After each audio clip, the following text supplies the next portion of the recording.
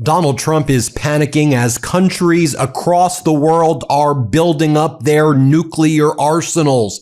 From France to South Korea, they are projecting strength right now as Donald Trump projects weakness by saying any abstention from nuclear capabilities as a result of deferring to U.S. protection, bye-bye. Those days are gone. We are going to build our nuclear arsenal and we're going to build it now. I'll share with you what's going on in France. I'll share with you what's going on in South Korea. I'll share with you what's going on throughout Europe. I'll share with you what we're seeing in terms of France selling its planes to India. I'll share with you certain statements that are coming out of Mette Frederiksen, the Prime Minister of Denmark, about new security doctrines as the United States has fallen as the leader of the free world by far. Let's break down what's going on right now as the world order has broken down as a result of the Trump regime. So we're hearing the following facts. Number one, in France, as the Telegraph reports, President Macron tearing up 65 years of their doctrine of nuclear abstention because of the United States' behavior. Timothy Milvanov gives a good description of what went down. So France holds about 290 warheads. The UK has about 225. So their combined arsenal, UK, France, about 515 weapons. That's contrasted to Russia, about 5,580 warheads. America's got 5,225. So without Washington, Russia alone outguns Europe 11-1 in warheads. So what is Macron's plan? He wants to make those 515 European warheads as unpredictable enough to matter, as Timothy Milvanov explains. Under Macron's forward deterrence doctrine that was just announced, a forward deterrence plan, these French Rafale jets carrying tactical nukes will rotate secretly through Allied bases across Europe. Britain's 4 Trident submarines and France's 4 ballistic missile subs will maintain a continuous at-sea deterrent. Macron is saying that we've got this submarine base, and this is what he said at the base: to be free, we must be feared, and to be feared, we must be powerful. So France will increase its arsenal on top of the plan to shuffle around the arsenal in order to bolster its capabilities as well. Poland, Germany, the Netherlands, Belgium, Greece, Sweden, and Denmark are now also ready to host these French Rafale jets armed with tactical nukes. Europe is nuking up. Spain and Italy, they've ruled it out. And you have these other countries, though, saying we're in. Very few are saying we're not really sure yet. So Britain and France signed the Northwood Declaration in July 2025 to coordinate nuclear capabilities and operations against Russia. But now they're also saying we may need to do a little bit against what the Trump regime is doing also. A 2025 Kensington Treaty extended UK nuclear cooperation to Poland and Germany. And it talks about how these French jets carry these weapons on it. The French doctrine accepts one nuclear warning shot against a military target, then nothing else right there. And so big news out of France. But it's not just France, because earlier yesterday, South Korea unveiled its first official plan to develop nuclear-powered attack submarines, with the first vessel targeted for launch in the mid-2030s. The submarines will be built entirely domestically, none of this U.S. material, using low-enriched uranium reactors, drawing on the country's shipbuilding and civilian nuclear industries. And South Korea's President Lee posted the following message about their new nuclear submarines. He posted, "We stand at a crossroads of the most critical choices we have ever faced. The international order is rapidly being reshaped, and the security environment is changing so swiftly that it is difficult to predict even a step ahead. In such times, a nation's principles and direction must be clearer than ever. Self-reliant defense is no longer a choice, but the fundamental and core foundation for safeguarding the survival of the nation and the safety of its people. Let me reiterate, self-reliant defense. In other words, we can no longer rely on the United States. So then President Lee talks about what they're doing. The security of the future cannot be achieved through the government's efforts alone. It is only when the creativity and technological prowess of the private sector, the expertise of the industrial field, and the government's strong execution power are organically combined that we can rebuild a stronger defense and a safer Republic of Korea. To achieve a new leap in the Republic of Korea's defense capabilities, we will gather the wisdom and capabilities of the Future Defense Strategy Committee members. The government will steadily advance tasks to strengthen security sovereignty, such as promoting the construction of nuclear-powered submarines and the early recovery of wartime operational control.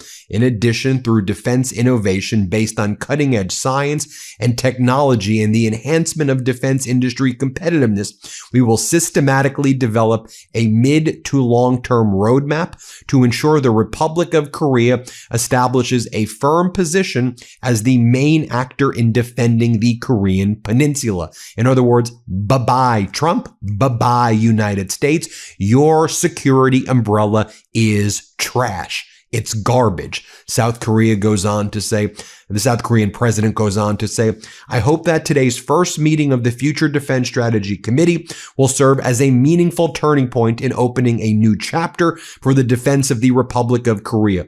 I express my gratitude to all of those who have joined us. Anard Bertrand explains, if some of you still had doubts that the U.S., quote, allies are actively preparing for a U.S. withdrawal from Asia, here's South Korea's president spelling it out.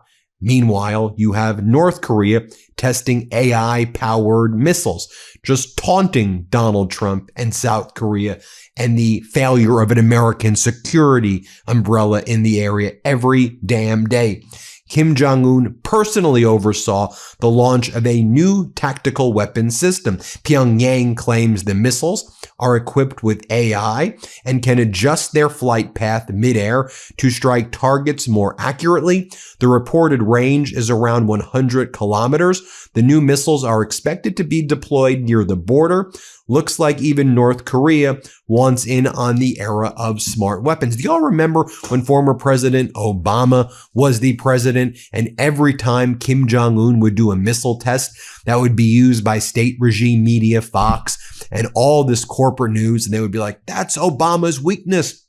How do you let Kim Jong-un do missile tests? Well, Kim Jong-un's been doing missile tests every single day. He has nuclear weapons now because Donald Trump sent him love letters, and the entire world is looking at how weak Donald Trump looks, building up their nuclear capabilities and forging these alliances in the absence of the United States showing even a modicum of leadership. So then we turn to India. Now, India has finalized a letter of request for 115 Rafale fighter jets from France, worth an estimated $39 billion. Around 90 of the aircraft will be manufactured in India under a Dassault India partnership, with the remaining 24 delivered directly from France. This request is expected to be sent within weeks ahead of Prime Minister Modi's visit to France in June. Notice Rubio shows up in India, gets nothing. Meanwhile, India cuts this major fighter jet deal with France right there. Now, as all of this is going on, what's the United States doing? Well, the U.S. cutting deep strike capabilities in Europe by 50%, including aircraft carriers and warplanes. So Europe saw this coming. Der Spiegel, the German paper, reports that the U.S. plans to significantly reduce military contributions for NATO allies in a crisis, including fighter jets, warships, mid-air refueling aircraft, and drones. The U.S. will only provide half the previous number of strategic bombers. It will reduce the number of U.S. Air Force fighter fighter jets by a third, make fewer destroyers available, and no longer provide any submarines at all to NATO. The U.S. also plans to scale back the provisions of armed drone models and force Europe to provide its own reconnaissance drones. So when the U.S. is out there attacking Europe, and attacking Canada and attacking the rest of the world, they're saying, okay, we're not going to buy your F-35s. We're not going to buy your ship material. We're not going to buy from your industrial military complex. We're going to look elsewhere. I mean, we've seen Germany companies building up its munition plants to develop more munitions than the United States has. We've seen JVs between Canada and Sweden, right? We've seen Sweden making a very strong push to Canada over its Gripen fighter jet, saying, use the Gripen. Why do you need an F-35? The F-35s are under the U.S. control. You're going to need the U.S. for constant maintenance on these F-35s. Donald Trump has talked about kill switches on the F-35. So why not you just go with the Gripen? We can build joint production facilities in Canada, put Canadians to work in the process, and let's make this a win for Canada right there. And so you see that taking place. Also, you have, with respect to the F-35s, people weren't paying a lot of attention to this. We've been talking about it on the MeidasTouch network. Iran did not shoot down the F-35 that it had on its radar in the past 48 hours. It did shoot down an MQ-9 Reaper, which the United States military covered up. Yeah, our CENTCOM just covers everything up now, zero transparency. We saw the MQ-9 Reaper that was destroyed by Iran. Our corporate news in the United States doesn't talk about it. And, you know, these MQ-9 Reapers that have been destroyed, there's been dozens of them destroyed, billions of dollars of these MQ-9 Reaper drones destroyed, and another one destroyed in the past 48 hours over the Strait of Hormuz. But one of the things that Iran realized, they knew that lots of countries are very skeptical of the F-35s right now for a lot of reasons. But one of the selling points of the F-35s is it could evade radar detection. And Iran said, really? You think it could evade radar detection? Look at it on our radar. The IRGC Aerospace Air Defense System tracked the US F-35 stealth fighter jet overnight as it went into Iranian airspace, and it showed that it had its target triggered right on it. And it was ready to pull the trigger rather, and it didn't, but it did with the MQ-9 Reaper, and Iran released this back to back to back. That was a message being sent to Canada as well. And while we're talking about a lot of United States allies on paper, really former allies, now developing their, or recalibrating and developing and further strengthening their nuclear capabilities and their nuclear weapons, I'll make a few quick points. Remember, what was it, last year, about 9 months ago or so, when Donald Trump said we are going to resume nuclear testing inside the United States because Donald Trump thought that Russia and China were doing nuclear testing. Russia and China were doing testing of the weaponry that holds the nukes inside it, but not actually doing controlled nuclear explosions. Donald Trump said we were going to do controlled nuclear explosions in Nevada and New Mexico. By the way, you'd think that would be a big story in the United States. It really wasn't, but we covered it here in the MeidasTouch network, of course. So then lots of other countries go, wait a minute, you're doing actual nuclear explosions in the United States? And then the senators of Mexico and Nevada, you're doing that? And then one of the Defense Department officials and State Department officials testified before the House and the Senate, and they were asked about that. Could you clarify what Trump meant? And they couldn't clarify what it meant. So you had other countries saying, should we be doing nuclear testing now? Actual exploding nuclear weapons? And so one of the things we've also heard Russia say recently is that, it said that as part of its nuclear capabilities, it was giving nuclear weapons to Belarus, and that it was saying that, if Ukraine continues to, make the advances that they are, we may use tactical nuclear strikes.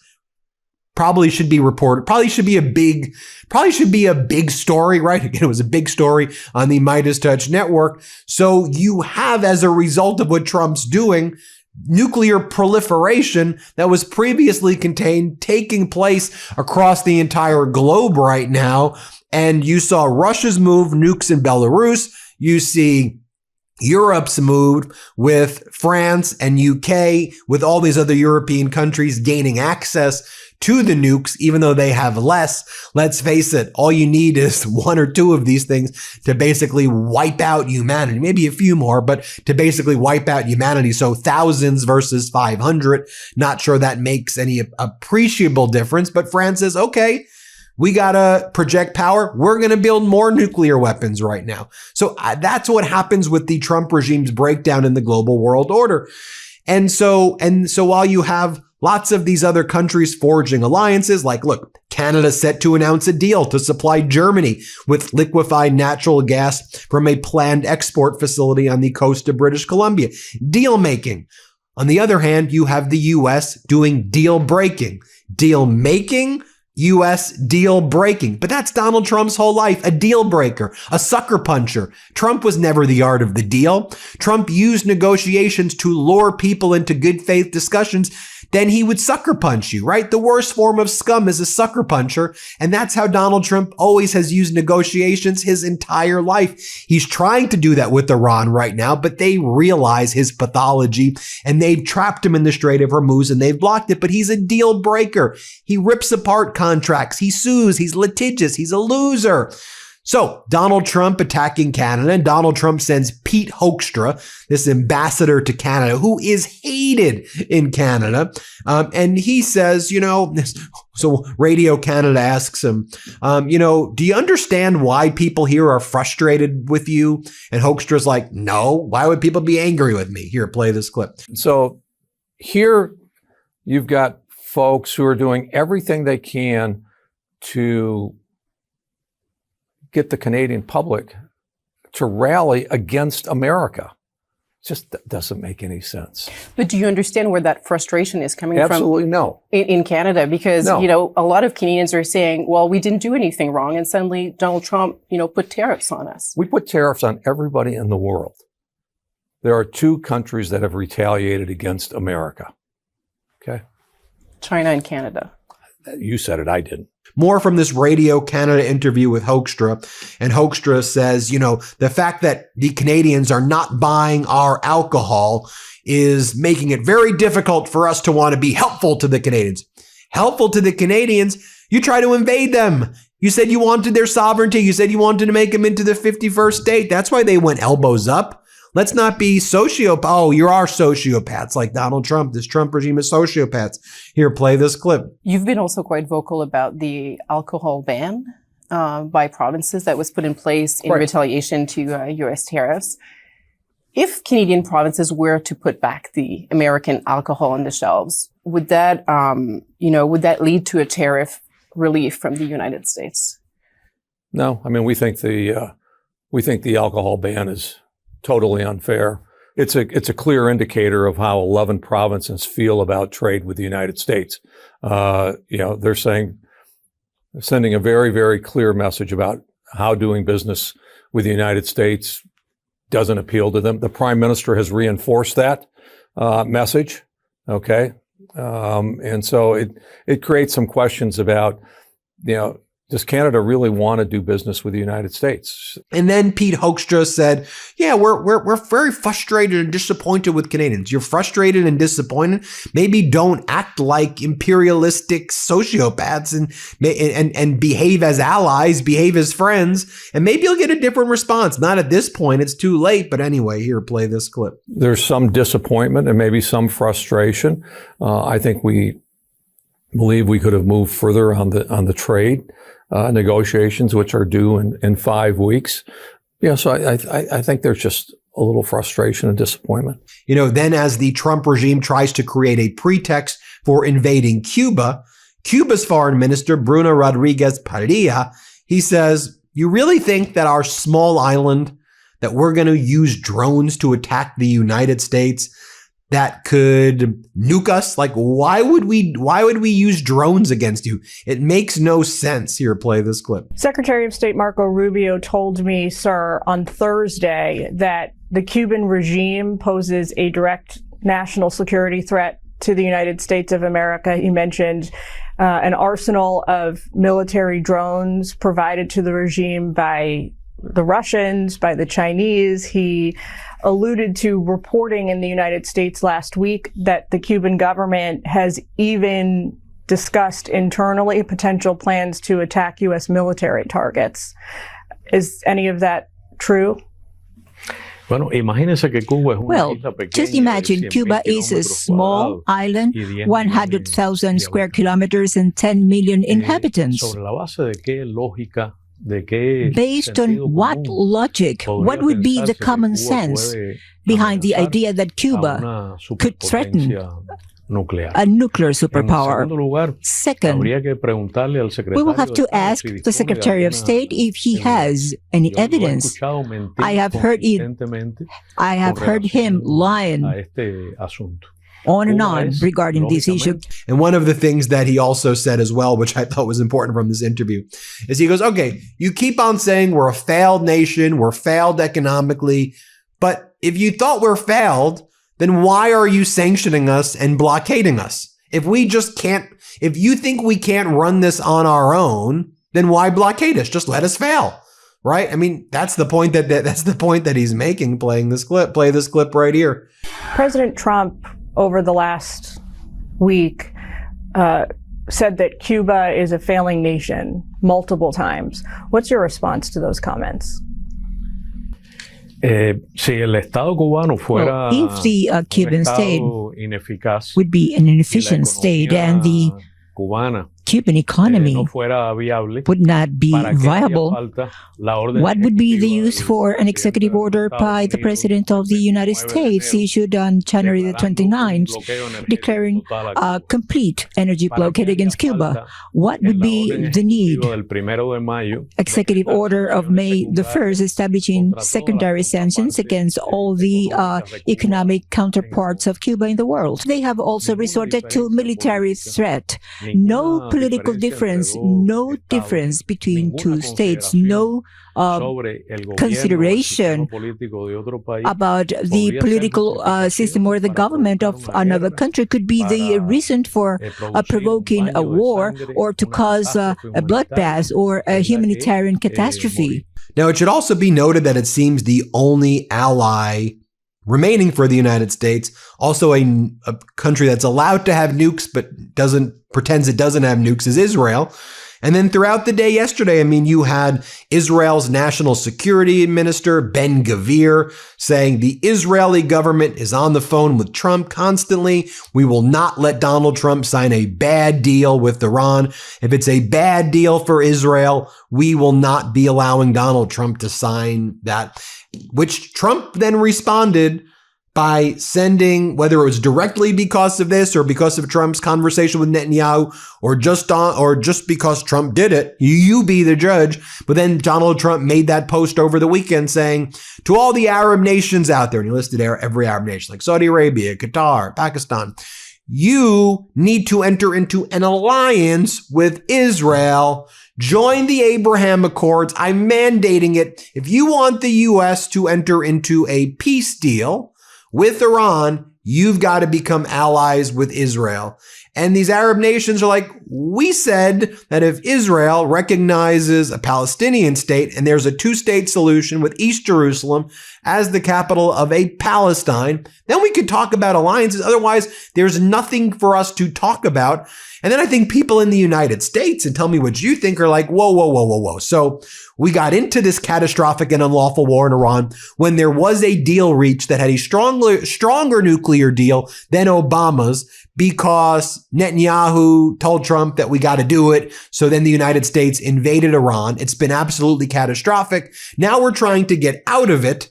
And now the precondition to getting out of it is Arab nations need to enter a peace deal with Israel. What does it have to do with the U.S. and Iran? Like, what are we doing here? And I think the people across the world are saying, like, what the hell is even happening?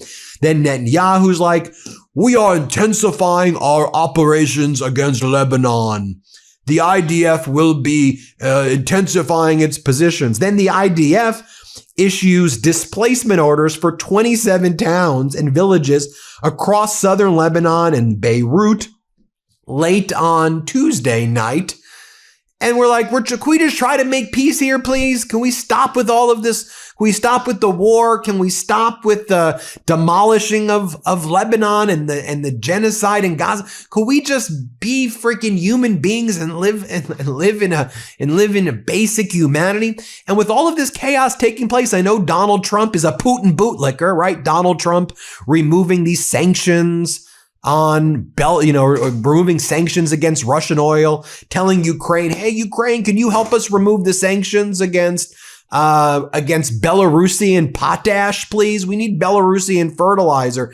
Well, you have all of that going on, and Donald Trump's going out of his way to help Putin. And then Russia's ambassador, is out there saying, look, here's what we're telling the Islamic countries.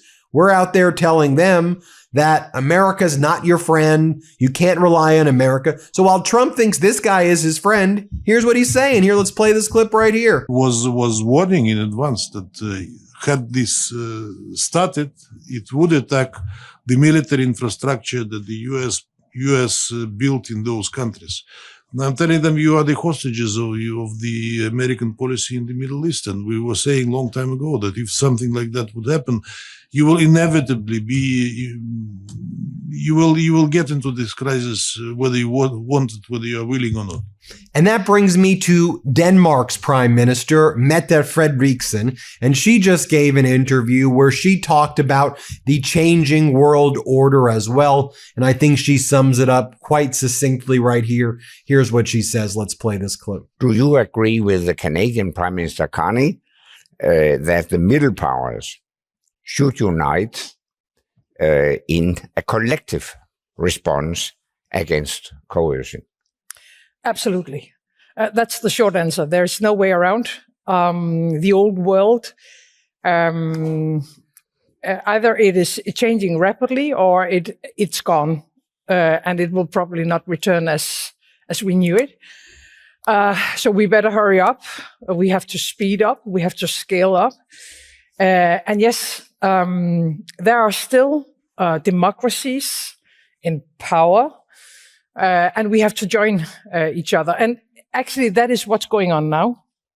So, I mean, it's very easy to have skepticism about the European Union. But if you look at the way EU works today, compared when I came into office, it's a much stronger European Union. We manage going through crisis.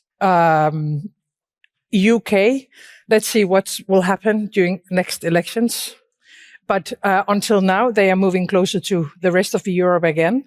If you look at the Nordic region, now we have Sweden and Finland in NATO, and we are much more coordinated in our daily life, politically, in defense, in security. Canada is moving much closer to its European partners. And if you look at NATO in the last couple of years, Japan is now participating every time we have a NATO summit. The same goes for New Zealand, Australia, South Korea. Yes, so I think those of us who still believes in the old world order and who have the capability to change our world into a new world order, but based on the same values as the old one, should get much closer together. And that is what we're doing right now. So my guess is that coalition of the willing, the idea that some countries goes together and move things forward, is one of the methods you will see in the future, like we did on Ukraine. And like we are doing right now in Europe when it comes to defense and security. Because if you look at the northern part of Europe today, it's like a horseshoe with the Netherlands, with UK, with Scandinavia and the northern countries, with the Baltic countries, with Poland. It's like a horseshoe, and it's the strongest defense region now in the world. And if we have Germany one day to structurally participate in our enhanced cooperation, well, then it's not just a horseshoe, then it's a brick, and it's a strong one. There you have it, everyone. Thanks for watching. Hit subscribe. Let's get to 7 million subscribers. Double check that you're subscribed. Love this video? Support independent media and unlock exclusive content, ad-free videos, and custom emojis by becoming a paid member of our YouTube channel today. You can also gift memberships to others. Let's keep growing together.